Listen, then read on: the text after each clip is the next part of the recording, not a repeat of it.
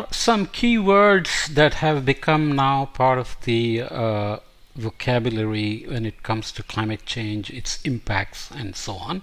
You have something like sustainability, which has been going on for at least 4 or 5 decades, started in the 70s, being a focus after the Brundtland Conference, and then the UN took it over and so on.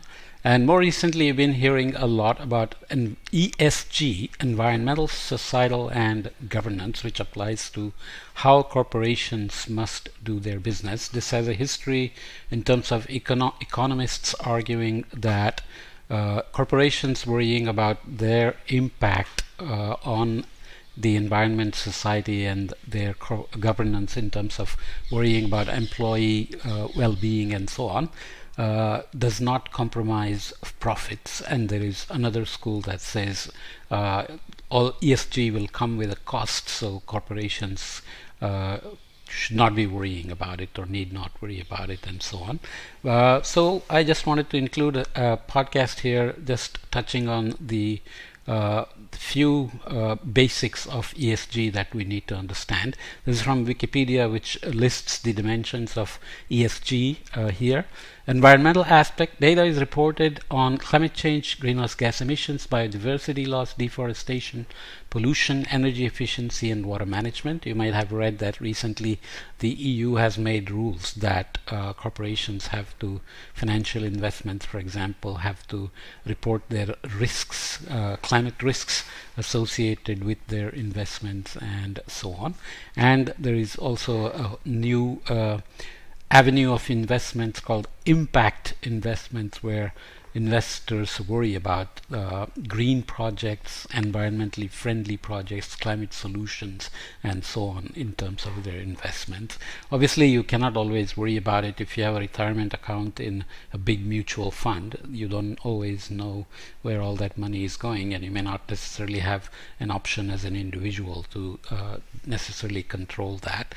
But coming back to ESG, social aspect: data is reported on employee safety and health, working conditions, diversity, equity and inclusion, and conflicts and humanitarian crisis, and is relevant in risk and return assessments directly through results in enhancing or destroying customer satisfaction and employee engagement.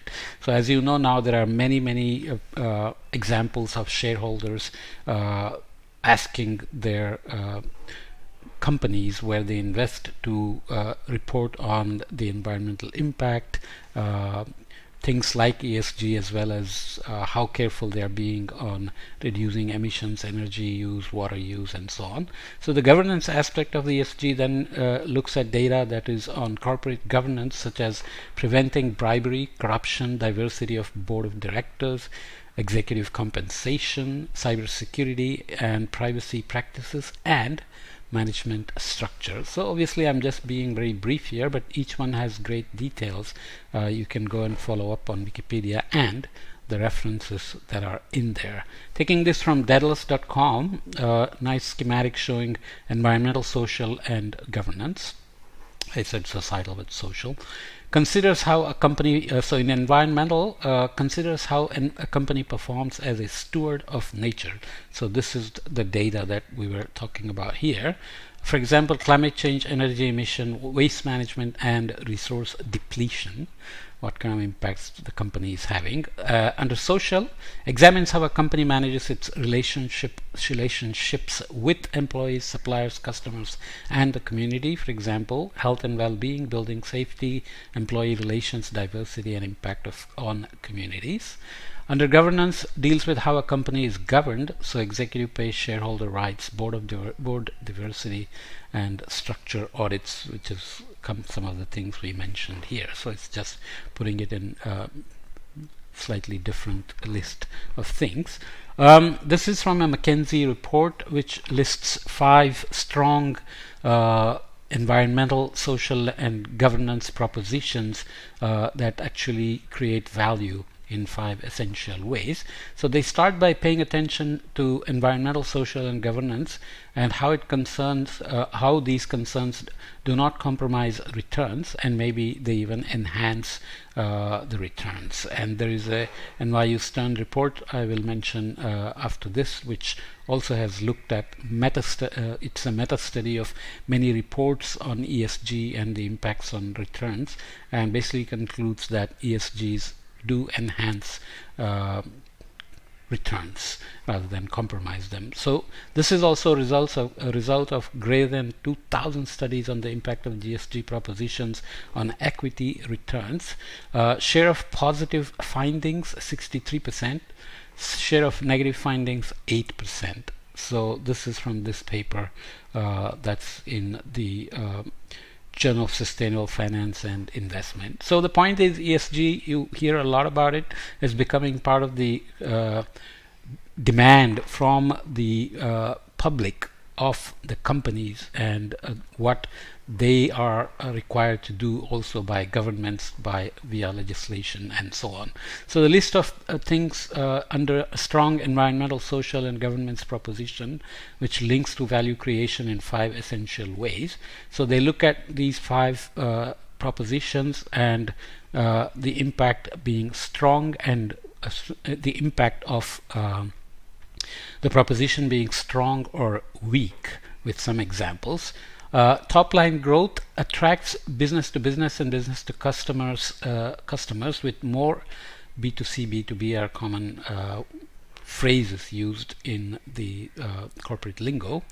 So attract B2B and B2C customers with more sustainable products, achieve better access to resources through stronger community and government relations. If you have a weak ESG proposition in the top line growth, then you may lose customers through poor sustainability practices like human rights, supply chain, or a perception of unsustainable, unsafe products, lose access to resources including from operational shutdowns as a result of poor community and labor relations.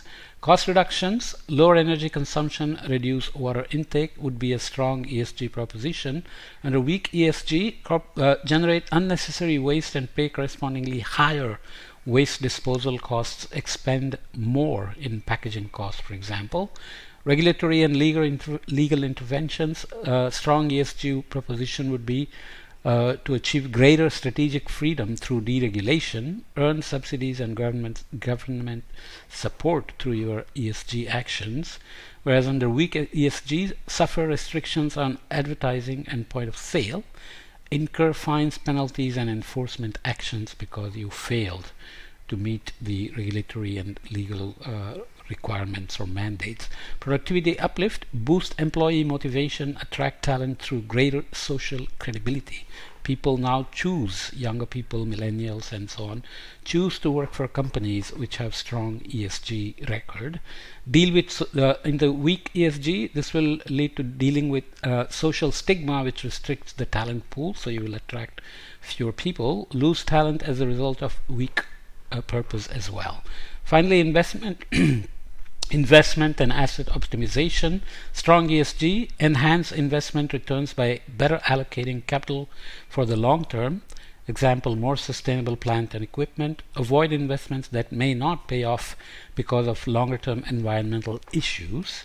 Under weak ESG, the same investment and asset optimization would lead to suffering stranded assets as a result of premature write-downs, fall behind competitors that have invested to be less energy hungry.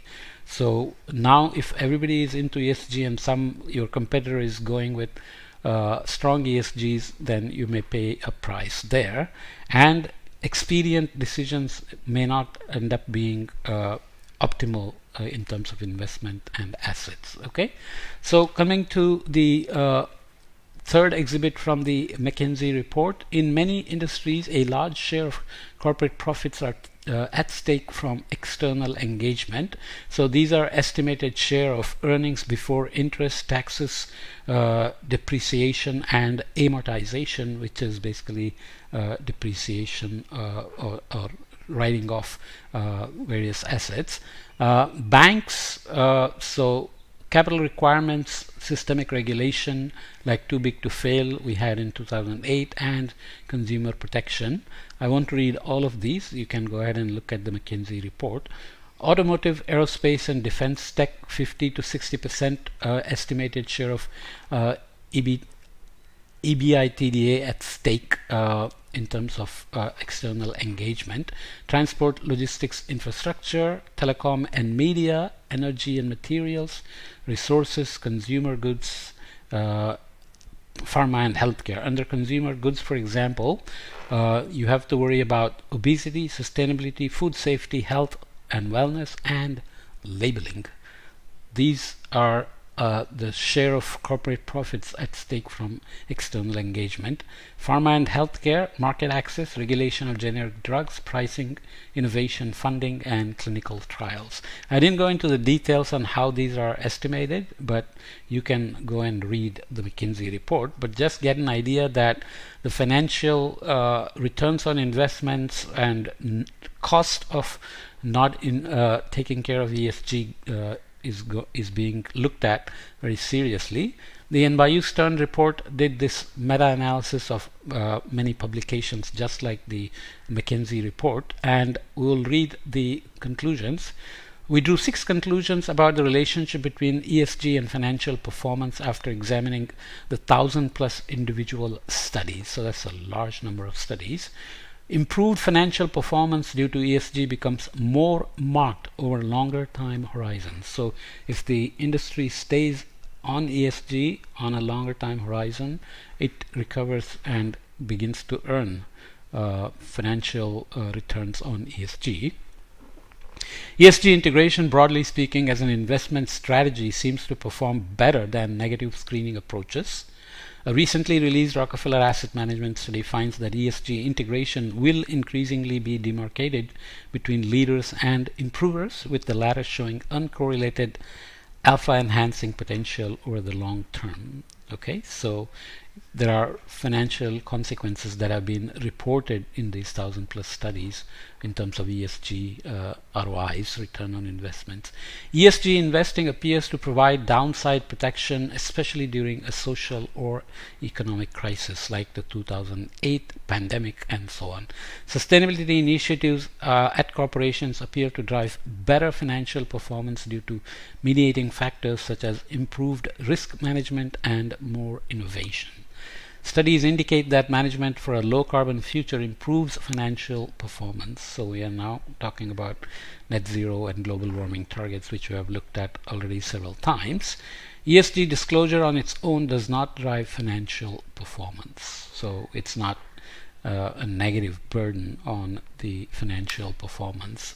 So conceptual overview of how investing in sustainability and ESG drives financial performance.